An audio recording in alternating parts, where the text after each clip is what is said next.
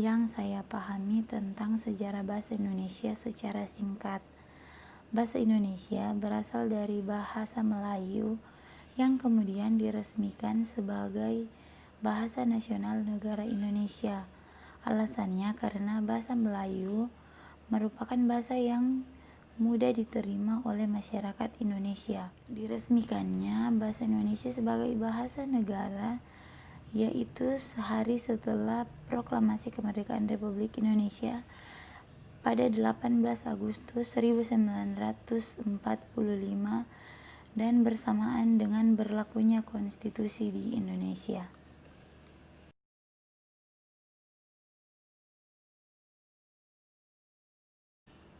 Alasannya karena yang pertama, bahasa Indonesia itu adalah bahasa resmi Negara Kesatuan Republik Indonesia.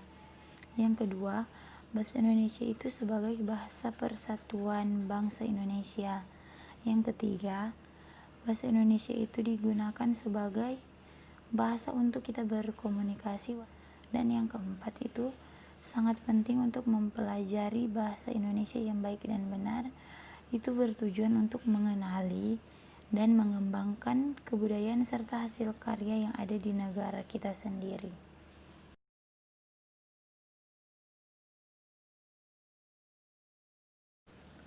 Kalau berbicara tentang pernah mengalami kesulitan dalam berbahasa Indonesia, ya tentu pernah.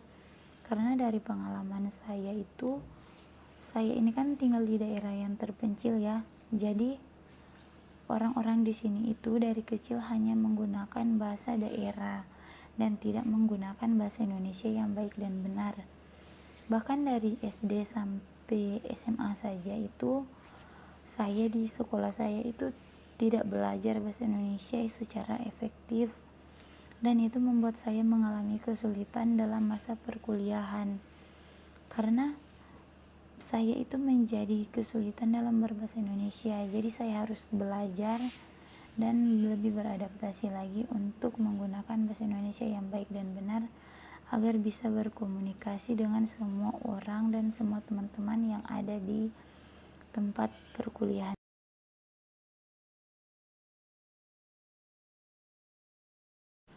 Menurut saya, jika kita tidak memiliki bahasa Indonesia, akan mengganggu komunikasi kita karena negara Indonesia itu memiliki berbagai daerah dengan berbagai bahasa. Jadi jika tidak ada bahasa Indonesia, itu akan mengganggu komunikasi karena tidak memiliki bahasa persatuan.